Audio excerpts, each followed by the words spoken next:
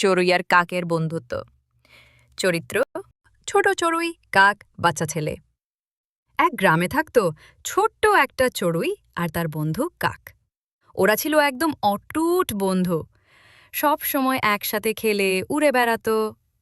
বন্ধু কাক, খুব গরম পড়ছে, চল গাছের ছায়ায় যাই। ঠিক বলেছিস, ওই তাল গাছের নিচে চল। দুজন গাছের নিচে বসে আরাম করল।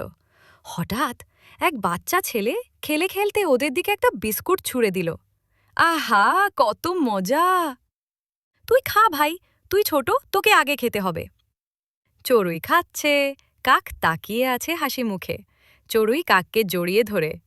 চড়ুই বলল, তুই সত্যি অনেক ভালো বন্ধু। ওদের বন্ধুত্ব দিনকে দিন আরও মজবুত হলো। সত্যিকারে বন্ধুত্ব বয়স দেখে হয় না, হয় হৃদয় দিয়ে। এই ছিল চড়ুই আর কাকের গল্প। সত্যিকারের বন্ধু সব সময় পাশে থাকে।